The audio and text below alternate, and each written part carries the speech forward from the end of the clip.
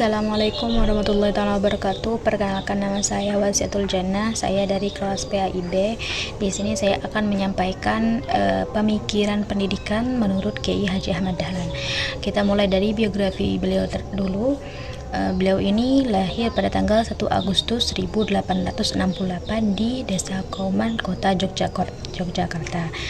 Dan beliau wafat pada tanggal 23 Februari 1923. Desa Kauman ini bertepatan di Kota Yogyakarta, dan Kauman ini merupakan kampung yang letaknya strategis dan dekat dengan Masjid Agung Kesultanan Keraton di Yogyakarta.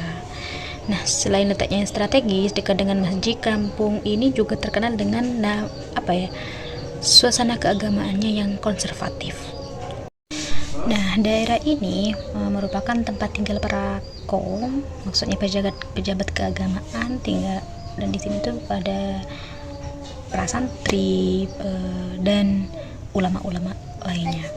Nah, di masa kecil Kiai Haji Ahmad Dahlan ini mempunyai nama Muhammad Darwis. Ia merupakan anak keempat dari 7 bersaudara, yakni adalah salah satunya itu saudari beliau ada Nyai Khotib Arum, ada Nyai Muhsinah, ada Nyai Haji Soleh, dan Muhammad Darwis, dan lain-lain. Nah, Muhammad Darwis ini lahir dari keluarga yang terpandang dan taat beragama, di mana ayahnya bernama Kiai Haji Abu Bakar bin Sulaiman, sedangkan ibunya bernama Putri Haji Ismail. Ayahnya ini merupakan seorang khotib yang terkenal di Masjid Kesultanan Yogyakarta, dan which is dari garis ayahnya, Muhammad Darwis ini mempunyai nasab terhadap salah satu wali songo, yakni Maulana Malik Ibrahim, sedangkan dari garis ibunya mempunyai nasab pada penghulu Kesultanan Yogyakarta.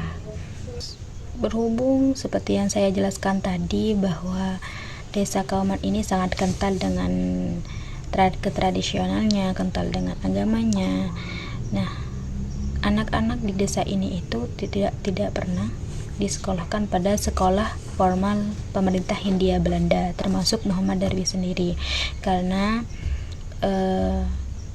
hal ini disebabkan oleh masyarakat Kauman menganggap seolah-olah sekolah orang yang Belanda itu sebagai sekolah orang-orang kafir, dan mengirimkan anak sekolah Belanda dianggap kalau mengirimkan anak kita ke sekolah Belanda itu dianggap sebuah penyimpangan pada masa itu.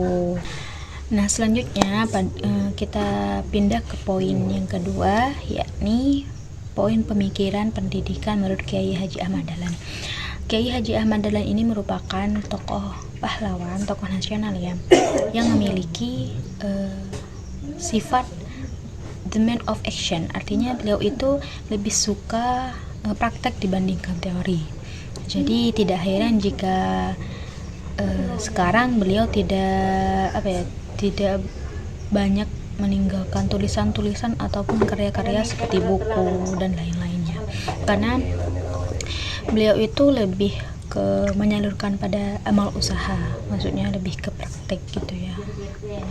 Ia lebih banyak mewariskan kegiatan-kegiatan yang cukup banyak berupa seperti pendidikan, sosial. Nah, beliau ini yang punya cita-cita yang sudah digagas dari dulu, di mana beliau ini menginginkan lahirnya manusia-manusia yang mempunyai intelektual yang kuat, di mana nanti bisa tampil sebagai intelek agama atau intelek ulama. Nah, di mana manusia-manusia ini mempunyai pendidikan yang kuat, keteguhan iman, kesehatan jasmani dan rohani. Nah, maka dari itu kenapa Kiai Haji Ahmad Dahlan menggagas pendidikan seperti itu? Karena beliau ini ingin menyelamatkan umat Islam dari pemikiran yang statis menuju pemikiran yang dinamis, kreatif, dan inovatif.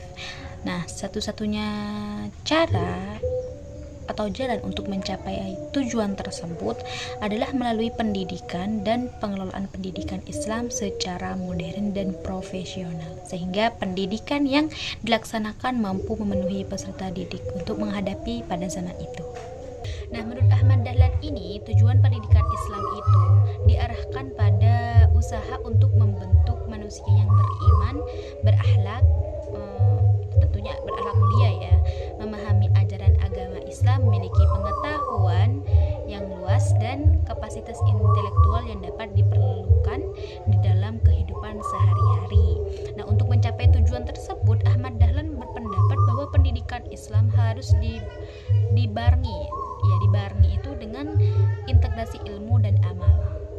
Adapun pemikiran-pemikiran dari Kiai Haji Ahmad Dahlan itu ada, salah satunya ada integrasi ilmu agama. Nah, ada integrasi ilmu agama dan ilmu umum, dan juga ada kebebasan berpikir, dan juga ada pembentukan karakter. Nah, sekian dari saya, kurang lebihnya mohon maaf. Assalamualaikum warahmatullahi wabarakatuh.